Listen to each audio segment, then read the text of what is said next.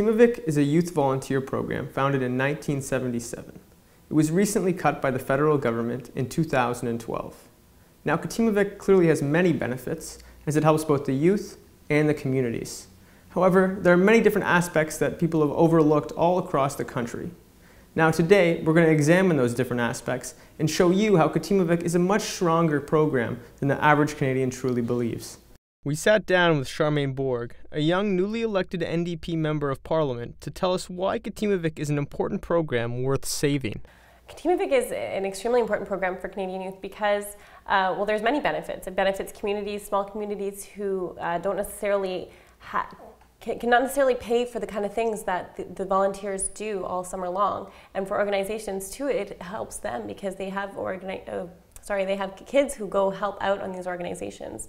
It also helps, it teaches youth how to get involved in their community, what getting involved in their community means, what volunteerism is. And these are people who are going to be volunteers for the rest of their lives. They're always going to be active citizens because they understand the merits of that. Katimovik's whole point was to make sure that young people who were from many different regions would first and foremost identify themselves as Canadians and see themselves as part of an extended family that goes from coast to coast. Also, it can help, you often learn another language. You can learn French if you come to Quebec, and if Quebecers can learn English if they go elsewhere. So it's great too because they learn really the Francophone perspective and the Anglophone perspective, and it really reinforces the Canadian identity.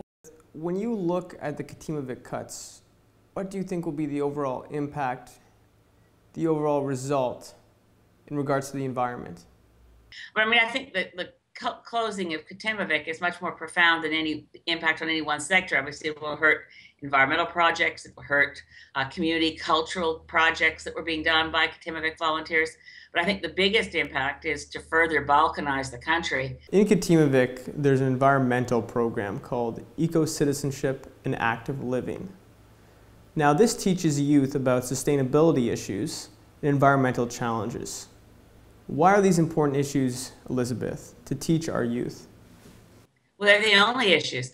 If we don't deal with sustainability, if we don't deal with how to reduce our carbon footprint in particular, I'm awfully, I'm horrified to say it out loud to young people, but anyone, the younger you are, the more you have at risk. The younger you are, the more that you'll suffer from the consequences of ignoring the climate crisis. So a program that raises awareness on effective citizenship to protect the planet is a critical education. To show the world what Katimavik did, show Canadians what Katimavik did and the impact it had on these communities and on individuals' lives. And I think it'll be a very positive message too, because we'll have a chance to kind of inspire people who have done the program and inspire people maybe who wanted to do the program. I have over 6,000 signatures right now, so that's a lot of support for the program. I also have my motion M352, that will be that I'll be able to bring back hopefully in the fall. So I'm really excited about that and trying to get as much support as I can around this motion, trying to convince as many Conservative members to vote for the motion. And for Minister Moore, do you think that it's possible to change his mind? I remember him saying that it was the easiest decision he's ever made to cut Katimavik. Well, he has changed that dialect. He's not saying that same thing again.